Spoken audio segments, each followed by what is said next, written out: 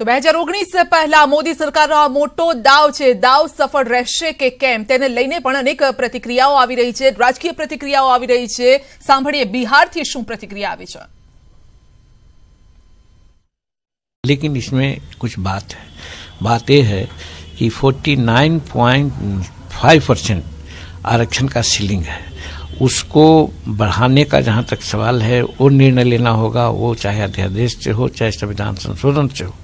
यहीं पर हमारी मांग रही है.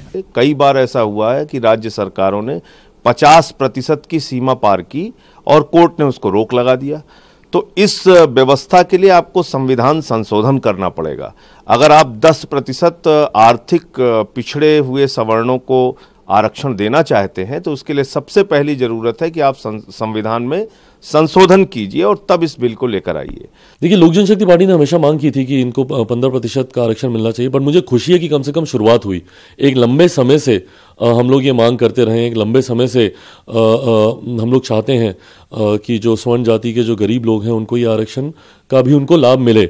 मुझे खुशी है कि हमारी आज की सरकार ने कम से कम ये फैसला लिया. अब मुझे नहीं लगता कि इस पर कोई राजनीति होनी चाहिए. बड़ी देर कर दी मेहरमा आते आते, और ये भी चुनाव के वक्त में, जिसका कोई लॉजिस्टिक समझ में आता नहीं है. आप देखो, कितना ही शीर्षासन कर लें, कितने ही जुमले गढ़ लें, अब मोदी जी को कोई भी आसन जो है. तो हरीश रावत कही रहा है कि बड़ी देर कर दी मेहरबा आते आते, અને સવાલ એ છે કે બંધારણીય રીતે કેવી રીતે આ લાગુ થશે, આ મોટો સવાલ છે. આ સવાલ આપણે સીધો જ પૂછીશું બીજેપીને. આપણી સાથે અન્ય મિત્રો પણ આપણી સાથે જોડાઈ ગયા છે. બીજેપી તરફથી ઋત્વિજય પટેલ આપણી સાથે છે, આ સાથે જ રેશમા આપણી સાથે જોડાયેલા છે, દિલીપ ગોહિલ પણ આપણી સાથે, યજ્ઞેશ દવે આપણી સાથે બ્રહ્મ સમાજ તરફથી જોડાયા છે, ગીતાબેન પણ આપણી સાથે પાસ તરફથી છે, આ સાથે જ પરેશ વાઘેલા વકીલ પણ આપણી સાથે જોડાયા છે અને બીજા અન્ય મિત્રો પણ આપણી સાથે છે. ઋત્વિજભાઈ, જે સવાલ કર્યો હરીશ રાવતે, બડી દેર કર દી મહેરબા આતે આતે, કોંગ્રેસને કંઈક તો બોલવું, કેમ કે કોંગ્રેસે હવે સાપે છછુંદર ગળ્યા જેવી સ્થિતિમાં મુકાઈ છે. જુઓ, કેન્દ્રમાં નરેન્દ્રભાઈ મોદીજી સમાજના તમામ વર્ગના લોકોના ઉત્થાન માટે આ 4.5 વર્ષ, પોણા 5 વર્ષમાં ખૂબ બધા કામ કર્યા છે. એ સવર્ણ વર્ગ હોય કે છેવાડાનો પીછળો વર્ગ હોય, તમામ માટે એમણે કામ કર્યા છે. એના ભાગરૂપે જ સવર્ણ સમાજમાં જે આર્થિક રીતે જે પીછળા લોકો હતા, છેવાડાના લોકો હતા, એમને એમની વાચા, એમની લાગણીઓને અવાજ આપવા માટે, એમની સંવેદનશીલતાને પારખીને આજે કેન્દ્રમાં કેબિનેટમાં નરેન્દ્ર મોદીજીએ જે નિર્ણય અને ઐતિહાસિક નિર્ણય કર્યો છે એને તો પહેલા હું આપના ચેનલના માધ્યમથી આવકારું છું. બીજું, કોંગ્રેસ આ જ કરી શકે. તમે એમણે તો એક શાયરાના અંદાજમાં કહ્યું એટલે થોડુંક સોફિસ્ટિકેટેડ લાગે, બાકી કોંગ્રેસ પાસે બોલવા માટે કઈ વિકલ્પ નથી.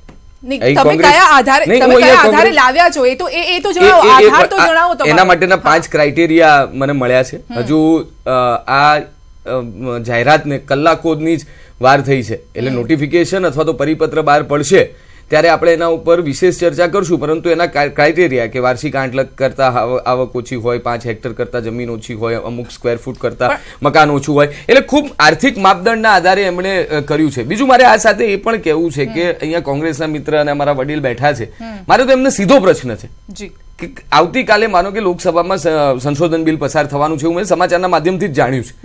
લોકસભામાં પસાર થયા પછી રાજ્યસભામાં પણ જશે, ત્યારે કોંગ્રેસનું સ્ટેન્ડ શું હશે એ સૌથી મોટો પ્રશ્ન છે. અમે તો સમાજના તમામ વર્ગના લોકો માટે કામ કર્યું છે અને એના ભાગરૂપે સવર્ણ સમાજ માટે પણ આજે ઐતિહાસિક નિર્ણય લીધો છે. શું કોંગ્રેસ એને આવકારે છે? શું કોંગ્રેસ એને સ્વીકારે છે કે શું કોંગ્રેસ એનો વિરોધ કરે છે? અમે આવકારીએ છીએ પણ કહીને ન કહેતા. લલિત કાકા, સીધો જવાબ આપશો તો મને આનંદ થશે. મને સીધો જવાબ મારો એ છે કે આજે તમે જે જાહેરાત કરી એનો અમલ કેદી થશે? મારે આપને એટલું જ પૂછ્યું છે, આ ચૂંટણી પહેલા થશે કે ચૂંટણી પછી થશે? પણ તમે આવકારશો કે નહીં એ તો કહો. તમારું આમની જે જાહેરાત કરી એ જો લોલીપોપ હશે તો કોઈ મતલબ નથી. એટલે જ હું પ્રશ્ન કરું છું કે આપ આનો અમલવારી કેદી કરાવશો, એટલું મને જ આપ કયો. આપ ભાજપના પ્રવક્તા છે, પછી હું કોંગ્રેસની વાત કરું. મારે થોડા જ નજીકના ભૂતકાળમાં લઈ જવા છે કે સમગ્ર દેશમાં આર્થિક તર્જ પર અનામત આપનાર કોઈ હોય તો ગુજરાતની ભારતીય જનતા પાર્ટીની સરકાર હતી કે 10% ઈબીસી આપ્યું. લલિત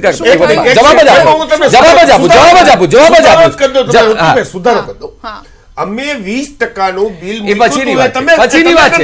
એ પછીની વાત છે. અને આજે પણ અમારું પ્રાઇવેટ બિલ પડ્યું છે. હું તમને કહું 20% ધારાસભામાં પડ્યું છે. તમે મને પ્રશ્ન પૂછ્યો છે, એનો જવાબ મારે આપવો છે કે એનો તાત્કાલિક ધોરણે અસરકારક અમલ ચાલુ થઈ ગયો હતો. ત્યારે શૈક્ષણિક એડમિશનની પ્રક્રિયા ચાલતી હતી અને પ્રક્રિયામાં ઈબીસીને તર્જ પર અનામત વિદ્યાર્થીઓ સવર્ણ વર્ગના એમને પ્રવેશ પણ મળી ચૂક્યો હતો અને ત્યારબાદ એમાં કાનૂની ગૂંચવાડા ઉભા કરીને અત્યારે સુપ્રીમ કોર્ટમાં એક કેસ સબ જ્યુડિસ છે. ખેર એ ચર્ચામાં નથી જતા કે કોણે કાનૂની અડચણો ઊભી કરી અને ન કરી, પરંતુ અહીંયા તો હું આગળ પણ એક ચેનલમાં મેં કહ્યું છે અને આજે ફરી કહેવા માંગીશ કે કુલ મળીને લાલજીભાઈ હોય કે લલિતભાઈ હમણાં ધારાસભ્ય થયા, પહેલા 5ની ટીમના સભ્ય હતા, ગીતાબેન હોય, બધાની માંગ શું હતી કે કેન્દ્રમાં આના માટેનું કોઈ બિલ પસાર થાય, બંધારણમાં જરૂર લાગે તો એનો સુધારો થાય, પરંતુ અમને અનામત મળે. તો આજે એ વાત પૂરી થઈ છે તો એને આવકારવી જોઈએ. માનો કે અસરકારક અમલ તાત્કાલિક થવાનો. બીજું ના હજુ 2 દિવસ બાકી છે અને ફેબ્રુઆરીમાં 7 થી 14 નું પણ સત્ર બોલાવાના છે. એમાં મેં જાણ્યું છે એને ત્યારે કોંગ્રેસ શું કરશે એ મારે જાણવાનું. લલિતભાઈ જો અસરકારક અમલ થશે અમે તો કર્યું છે ને લલિતભાઈ. મુખ્યમંત્રી યુવા સ્વાવલંબન યોજના કોને આપી? ગુજરાતી ભારતીય જનતા પાર્ટીની સરકાર આપી. બીજું આને માત્ર ગુજરાતના પરિપ્રેક્ષ્યમાં કેવું હોય છે લલિતભાઈ? તમે ક્યાં હતા? આને માત્ર તમે ગુજરાતના પરિપ્રેક્ષ્યમાં શું કામ જુઓ? આ સમગ્ર દેશના 100 કરોડ જનતાના સવર્ણોને લાભ થવાનો છે અને સવર્ણ તરીકે પાટીદારના દીકરા તરીકે આજે મારા ઘરે ઉત્સવ છે અને ઉત્સવના માટે કોઈ જવાબદાર હોય તો આ દેશના વડાપ્રધાન નરેન્દ્રભાઈ મોદી છે. મારે અહીંયા બેઠેલા તમામ પાટીદાર મિત્રોને પૂછવું છે, શું તમારા ઘરે ઉત્સવ નથી? રાજજીભાઈ તમારા ઘરે ઉત્સવ નથી? તમારા ઘરે ઉત્સવ નથી? ઉત્સવ કરી એવા હરખ પદુડા નથી. લલિત કાકા એક જ મિનિટ. સંધ્યાબેન, ભારતીય જનતા પાર્ટી કાર્યકર્તા છું, બધાને ખબર છે કે આજે હમણાં હું એમના વિરોધમાં ચાલી રહી છું. શું કામ એ કારણ પણ બધાને ખબર છે. મારે એક જ વસ્તુ કેવી છે ભાઈને કે ભાઈ સમાજની વાત તમે બોલ્યા ગમ્યું મને, પરંતુ સમાજની 2017ની માંગણીઓ આજ પણ એમને પડી છે. માંગણીઓ પૂરી કરતા નથી. શા માટે? માત્ર ને માત્ર વોટ બેંક માટે જાહેરાતો કરવાની? એનો સવાલ પણ આપણે પૂછવો પડશે. તમે નહીં પૂછશો, હું નહીં પૂછું તો કોણ પૂછશે? એટલે કહેવાનો મતલબ કે કેન્દ્રમાંથી થયું છે, ભલે આપણે રાજ્યલક્ષી ના જોઈએ એમને, પરંતુ કહેવાનું તમને જવાબ, તમે પણ સવાલ પૂછો છો, તમને જવાબ નથી મળ્યો. હું એ જ કહું છું. હું તો મારા તો ચપ્પલ બેન ઘસાઈ ગયા. હું તો પેલા 1 વર્ષથી એમને ઇન્ટરનલ પૂછતી હતી ત્યારે લોકોને એમ થતું હતું કે તમે કઈ કરતા નથી, એટલે હવે જાહેરમાં પૂછવાનું ચાલુ કર્યું છે. ઓકે, ચલો જવાબ મળશે. મારે એટલું ખાલી કહેવું છે કે અમારા લલિતભાઈ સજ્જન માણસ છે એટલે વિરોધ પક્ષ તરીકેની જે ગરજ ખોટ છે રેશમાબેન પૂરી કરી રહ્યા છે. મજબૂત વિરોધ પક્ષની જેમ જ અત્યારે બોલી રહ્યા છે. એમણે બી સ્વીકાર્યું. નંબર કહું છું કે અત્યારે બેન મીડિયાના આધારે કોરમમાં વાત કરવાના બદલે મીડિયાના આધારે બોલતા હોય છે, એટલે બરોબર છે, વાણી સ્વતંત્રતા છે, બોલવાની છૂટ છે. પરંતુ મારે એ કહેવું છે કે મુખ્યમંત્રી યુવા સ્વાવલંબન કોણ લાવ્યું? રેશમાબેન. કોણે બિન અનામત સવર્ણ આયોગ? એ તમામ વિષયો એ તમે ક્યારે ધ્યાને નથી લીધા રેશમાબેન? મારે તો એ કહેવું છે કે આજે કેન્દ્રની સરકારે આજે કેન્દ્રની સરકારે સવર્ણ વર્ગને આજે કેન્દ્રની સરકારે સવર્ણ વર્ગને 40% 10% જેટલું અનામત આપ્યું છે, એને આવકારો ને રેશમાબેન.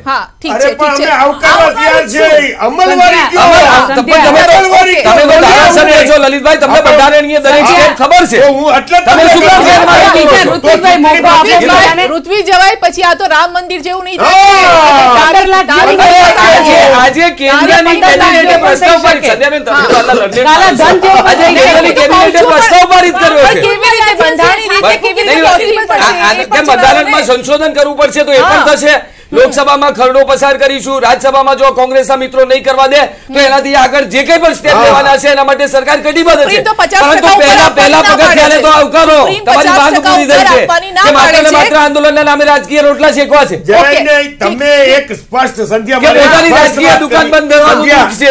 મારે એક સ્પષ્ટ વાત કરવી છે કે 4.5 વર્ષ સુધી આપ કુંભકર્ણની નિંદરમાં સૂતા હતા. આટલા 14 યુવાનો શહીદ થઈ ગયા, ત્યાં સુધી તમે કેમ ન કર્યું? અથવા ત્યારે સુધી તમને ક્યારે આની તમને લાગણી ન થઈ કે આટલા દેશમાં આટલા રાજ્યોમાં આટલા સમાજના લોકો આંદોલન કરે છે, માત્ર સંસદના છેલ્લા દિવસને આગલા દિવસે તમે આ કેબિનેટમાં નિર્ણય કરો છો? આવી કેટલી કેબિનેટો તમારી ગઈ? તો એ કેબિનેટમાં શું કામ નિર્ણય ન કર્યો? આપને ચૂંટણીલક્ષી લાગે છે. અને મારે કેવું છે લલિત કાકા, 60 વર્ષમાં તમે શું કર્યું? અરે એ તમને 60 વર્ષમાં તમે કઈ નથી કર્યું એટલે અમારે કરવું પડે છે. અને મેં કર્યું તો પણ એને આવું કરવાનું નહીં. ઉપર છે ચોરી, ઉપર છે સીરાચોરી. લલિતભાઈ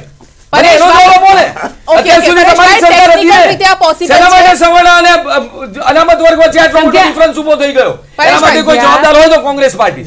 જો 60 વર્ષ આપણે અહીંયા કોંગ્રેસ ભાજપ કરવા નથી. બિલકુલ કોંગ્રેસ ભાજપની ટેકનિકલ મુદ્દો પણ સમજવો જરૂરી છે. પરેશભાઈ, પછી ગીતાબેન આપણી પાસે આવું છું. જી પરેશભાઈ. સંધ્યા ઘણી બધી છે, અત્યારે વાત ભેંસ ભાગોળે ને છાસ છાગોળે એવી છે. બસ હજુ તો બિલ કાલે આવશે, લોકસભા, રાજ્યસભા, સુપ્રીમ કોર્ટમાં ઇન્દિરા સાહનીનું જજમેન્ટ છે. અત્યારે ખાલી આ જાહેર થયું એમાં કેટલી પિટિશનો તૈયાર પણ થઈ ગઈ હશે, પિટિશનો દાખલ પણ થઈ ગઈ હશે. અલ્ટિમેટલી 19માં ચૂંટણી આવતા બધા મુદ્દાઓ ઠરી પણ જશે.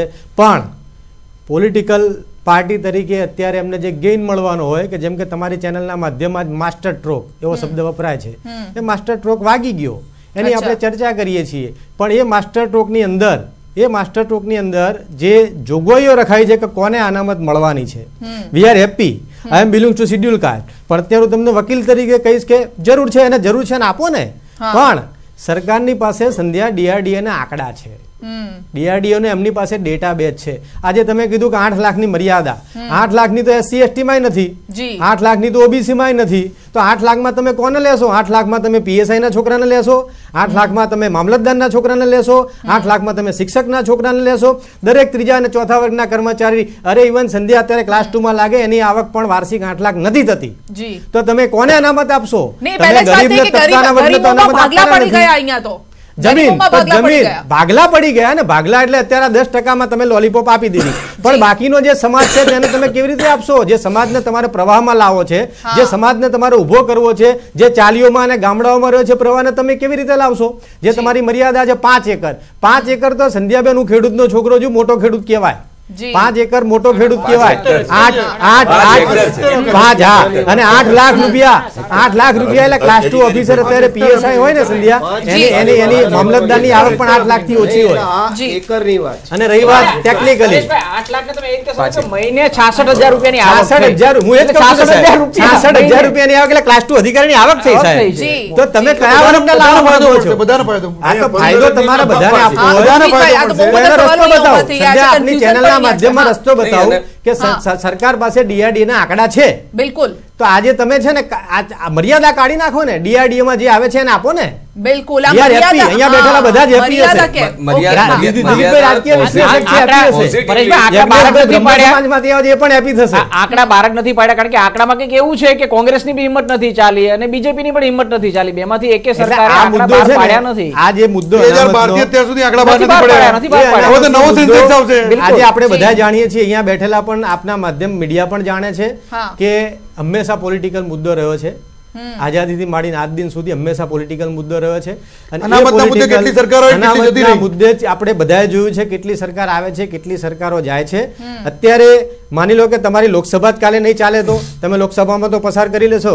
તો આપણે હમણાં ઋત્વિજભાઈએ કહ્યું કે રાજ્યસભામાં શું થશે, કોંગ્રેસ આપશે કે નહીં આપે. એટલે કોંગ્રેસ એના વિપમાં જે નક્કી કરવાનું એ કરશે. પણ મૂળ વસ્તુ એવી છે કે અનામત તમે જે 10% જે જાહેર કરો છો એનો લાભ કોને આપશો? ચર્ચા ઉપર થવી જોઈએ કે એનો લાભ મળવાનો છે કોને. તમે અહીંયા આપણી ચેનલમાં તમે 2 મોટી જ્ઞાતિ લખી છે, તો બીજી બધી જ્ઞાતિ ઘણી છે ભારતમાં, તો 6,500 જ્ઞાતિઓ છે. તેને તમે કેવી રીતે આપશો અનામત? એટલે ટેકનિકલી અને અલ્ટિમેટલી હું આપની ચેનલના માધ્યમથી કહું છું કે સુપ્રીમ 100% કાઢી નાખશે. બિલકુલ 50% ઉપર છે જ નહીં. કેવી રીતે આ માન્ય રહેશે? એ વાત સંધ્યાજી, એ જ વાત ઋત્વિકભાઈએ કરી કે મેટર સબ જ્યુડિસ છે. હવે સબ જ્યુડિસ હોય તો પછી કેવી રીતે આપી શકાય? જ્યારે આ સુપ્રીમ કોર્ટમાં મેટર સબ જ્યુડિસ હોય, ગુજરાતનો મામલો સબ જ્યુડિસ છે, કેન્દ્ર સરકારની વાત છે, કેન્દ્ર સરકારમાં કોઈ વાત દાખલ થઈ નથી ઋત્વિકભાઈ. પણ સાથે બીજી એ બી વાત છે સંધ્યા કે OBC ને જે અન્યાય કર્યો છે અત્યાર સુધીમાં એમાં કોંગ્રેસ જવાબદાર છે. 1980માં જયારે અનામત આપવામાં આવી ત્યારે એ વખતે જનતા પાર્ટી અને જનસંઘ બંને મિક્સ હતા અને એ સરકારમાં અનામત મળી. અને એ પછી જયારે 92માં VP સિંહની સરકારમાં અનામત OBC ને 27% આપવામાં આવી. અત્યાર સુધીમાં OBC ને જો અન્યાય કર્યો હોય તો એમાં મોટા ભાગે કોંગ્રેસ જવાબદાર છે. 1950માં બંધારણ અમલમાં આવ્યા પછી અને કાકા સાહેબ કાલેલકરનો 31 પાનાનો રિપોર્ટ આપ્યા પછી અત્યાર સુધીમાં ઓબીસીને જો અનામતથી અળગા રાખ્યા હોય તો એની અંદર જવાબદાર હોય તો એ કોંગ્રેસ છે. અને એ પછી બીજેપી પણ જનસંખ્યાના આધારે અનામત આપતી નથી ઓબીસીને. એટલે આર્ટિકલ્સ 15 અને 16(4) નું પણ ઉલ્લંઘન થઈ રહ્યું છે. પર્યાપ્ત પ્રતિનિધિત્વ ઓબીસીને નથી મળી રહ્યું. એટલે આમાં તો ઓબીસીને પણ હાલમાં જે છે એ અન્યાય છે. અને અમે માનીએ છીએ કે રાજકીય મુદ્દો છે અને રાજકારણ બંને પક્ષો રમી રહ્યા છે તેવું આપ કહી રહ્યા છો. એક બ્રેક માટે અને ગરીબોના ભાગલા પાડ્યા તેવો આરોપ અહીંયા ડિબેટમાં પણ લાગી રહ્યો છે બીજેપી પર. તેનો જવાબ પહેલા લેવાનો પ્રયત્ન કરીશું. જે ઋત્વિજભાઈ, ભાગલા? ના, બિલકુલ ભાગલા નથી. નહીં, ઉપરથી જે આર્થિક અનામતની જે લિમિટ છે જેના ઉપર હમણાં ખૂબ ગરમાગરમી થઈ ગઈ, આ તો પોઝિટિવ વસ્તુ છે કે 8 લાખ સુધીનો આટલો મોટો સ્પાન રાખ્યો છે. તમે જુઓ કે મુખ્યમંત્રી આપણું મા અમૃતમ યોજના છે તો એમાં પણ આવકના 5 લાખ હોય 20% આપો, બધા જ ગરીબોને આપો. 20% બધા જ ગરીબોને. કોણ બોલ? અચ્છા, દિલીપભાઈ. હા, તો તમે માનો કે મા કાર્ડ છે તો એમાં પણ 5 લાખ એક આવકનું એક ધોરણ નક્કી કરતા હોઈએ છીએ. ઓબીસીમાં પણ એ રીતે ક્રીમી લેયર છે, તમને ખ્યાલ છે. તો એ રીતે આર્થિક તર્જ પર અનામત એમાં આટલો મોટો વાઇડ સ્પાન રાખ્યો કે તમે 8 લાખ આવક લેતા હોય તો પણ તમને આ અનામતનો લાભ મળશે. તો આને પોઝિટિવ સાઇન ગણું. પણ એકમાં તમે 5 રાખો, એકમાં 8 રાખો, એકમાં આમાં યુનિફોર્મ છે સંધ્યાબેન. નહીં, સંધ્યાબેન, આમાં યુનિફોર્મ છે ને કે 8 લાખ વાર્ષિક આવક થી ઓછી હોય એ તમામનો આમાં સમાવેશ થયો છે. 5 એકર થી ઓછી ખેતીની જમીન હોય, 1000 સ્ક્વેર ફીટ થી ઓછી જગ્યાનું મકાન હોય, અને સરકારી નિગમની 109 ગજથી ઓછી અધિસૂચિત જમીન હોય, અને સરકારી નિગમની 209 ગજથી ઓછી બિન અધિસૂચિત જમીન હોય. એટલે આના ડિટેલ ક્રાઇટેરિયા છે. વી શુડ વેઇટ કે હજુ તો જાહેરાત થઈ છે, આનું ડિટેલ નોટિફિકેશન અને તમામ પ્રકારના ધારાધોરણો આવે પછી એના પર ડિબેટ કરવી કદાચ યોગ્ય ગણાય. પરંતુ એટ લાર્જ ગ્રોસલી આ પ્રકારનો નિર્ણય ઐતિહાસિક નિર્ણય કહેવાય. અને મારે બહુ દુઃખ સાથે કહેવું પડે, જે મારા ઓબીસી સમાજના અગ્રણી વડીલે પણ કીધું કે 60 વર્ષ સુધી કોંગ્રેસે કશું ન કર્યું, ત્યારે આ નોબત આવી છે ને. આજે દેશના ગુજરાતના સપૂત આજે ગુજરાતના સપૂત અને આ દેશના પ્રધાનમંત્રી નરેન્દ્રભાઈ મોદીજીએ જેમ સમાજના તમામ વર્ગના લોકો માટે કામ કર્યું છે, એ ઓબીસી સમાજ હોય, એસટી સમાજ હોય, એસસી સમાજ હોય, આ ચૂંટણી લક્ષી સંધ્યાબેન જો આ હોત જાહેરાત તો 5 સ્ટેટની ચૂંટણી જે આટલી ઇમ્પોર્ટન્ટ ગણાતી હતી એના પહેલા કરી હોત ને તો એનો લાભ મળે. એક મહિનો પહેલા જાહેરાત કરી હોત તો એને જો અમારે રાજકીય લાભ લેવો હોત તો એનો પોલિટિકલ વેવનો ફાયદો વિધાનસભાની ચૂંટણી અને સંસદ બંનેમાં થાય. પરંતુ આ પોલિટિકલ નિર્ણય નથી, આ ખૂબ સંવેદનશીલ નિર્ણય છે. સમાજના તમામ વર્ગના લોકોના ઉત્થાનની સાથે સવર્ણ વર્ગનું પણ ઉત્થાન થાય, એમાં જે આર્થિક રીતે પછાત લોકો છે એના માટેનો આ ઐતિહાસિક અને આશીર્વાદરૂપ નિર્ણય છે. ગીતાબેન, દેર આયે दुरुस्त आए. हाँ, देर आए, दुरुस्त आए, नहीं आए, नहीं आए. अच्छा, એટલે એક કહેવત છે, નહીં સ્વીકારી શકે. નહીં સાંભળો, હવે ક્યારની હું સાંભળતી આવી છું. પણ આ લડાઈ અમે તો 3.5 વર્ષથી લડીએ છીએ, એમાં અમે ઘણું બધું ગુમાવ્યું છે. એટલે સૌથી વધારે જયારે જાહેરાત થતી હોય એટલે એનો આનંદ સૌથી વધારે અમને હોય.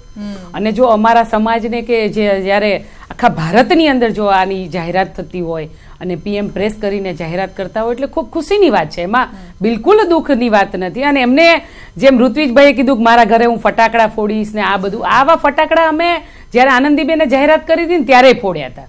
એટલે વારંવાર ફટાકડા ફોડવાનો કોઈ મતલબ નથી.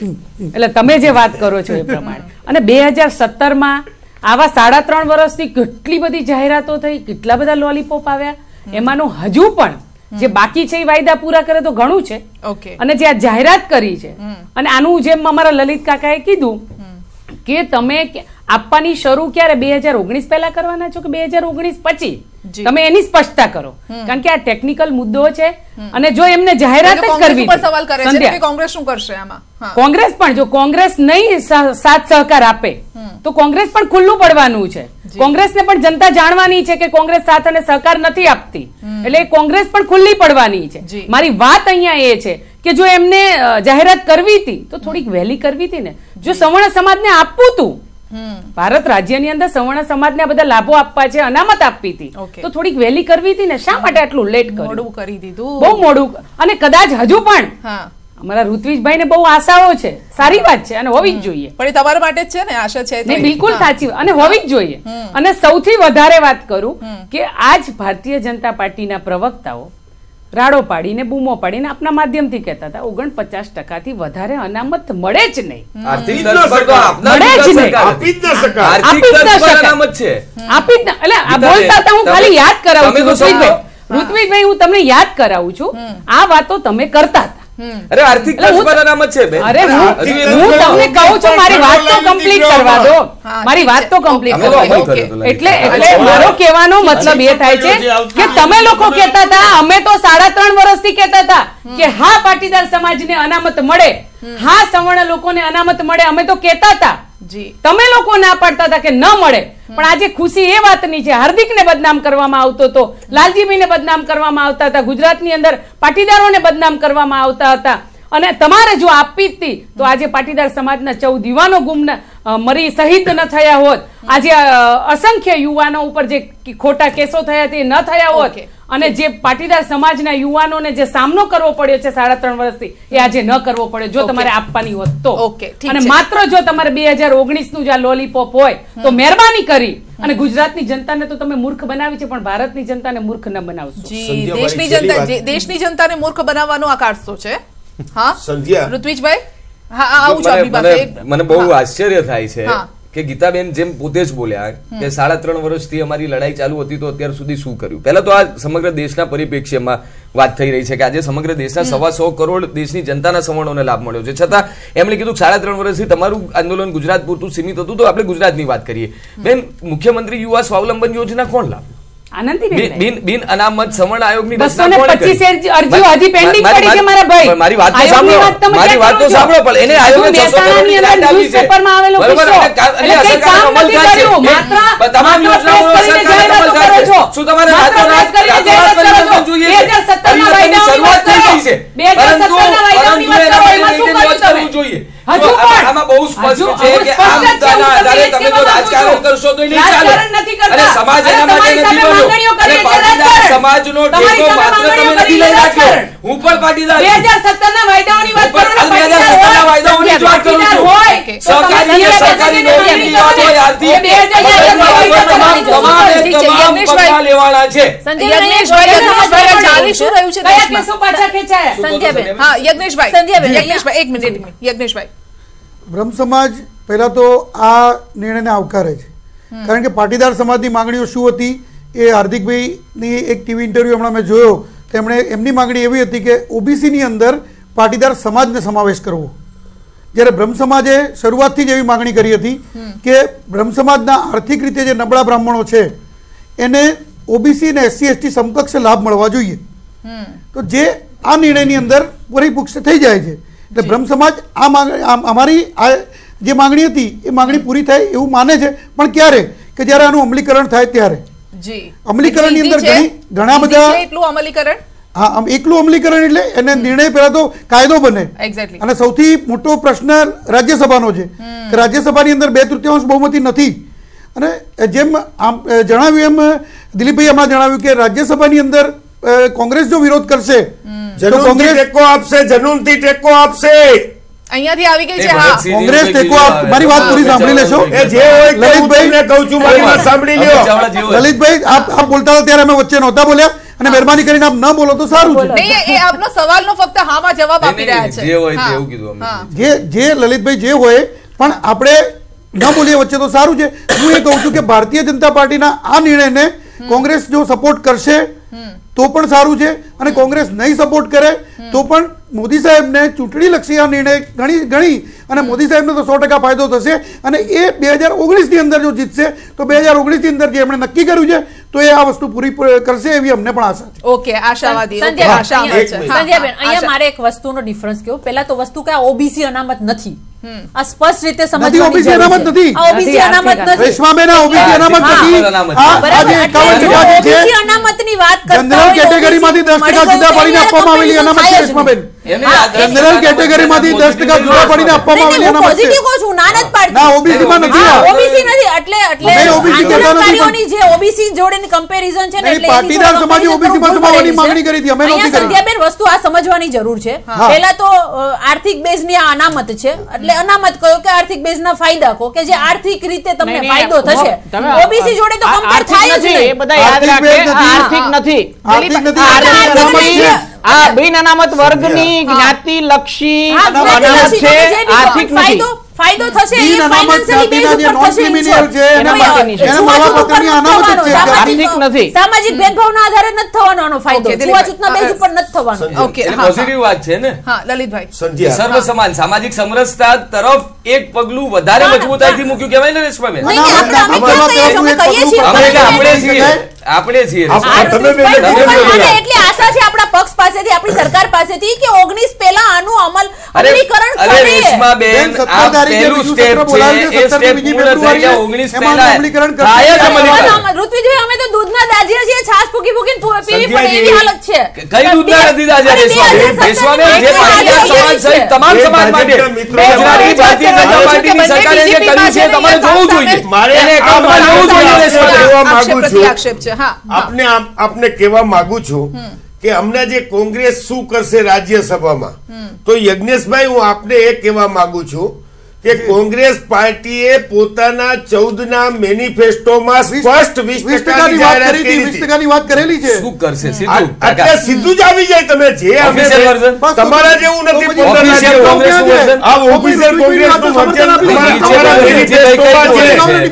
અમારા મેનિફેસ્ટોમાં છે. તમને હું કવિ સાંભળો, ભરતસિંહજી કઈક બોલે છે.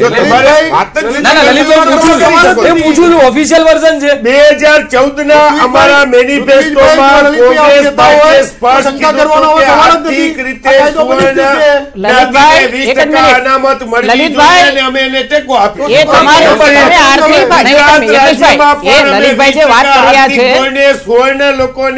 સ્વર્ણ જ્ઞાતિને અનામત લાવે એના માટે બિલ લાવ્યા હતા.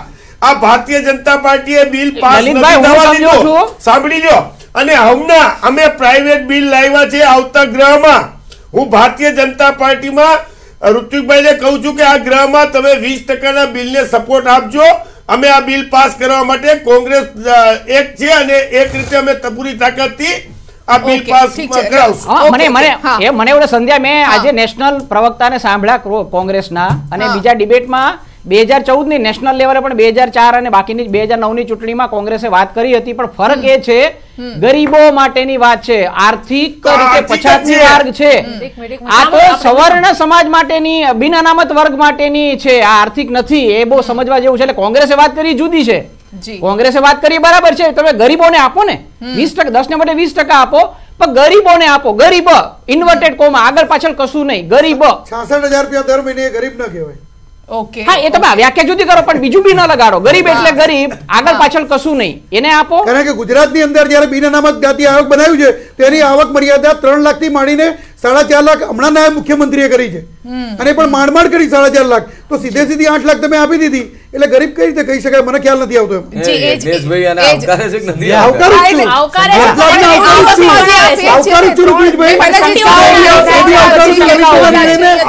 કોંગ્રેસ સપોર્ટ કરશે, અમે સપોર્ટ કરી છે, પણ એની ચિંતા કરી છે. તમારા નિર્ણય પણ આવકારીએ છીએ. કરી દેવાનું કે લોલીપોપ ન થાય, સરકાર આપ્યું ને લોલીપોપ.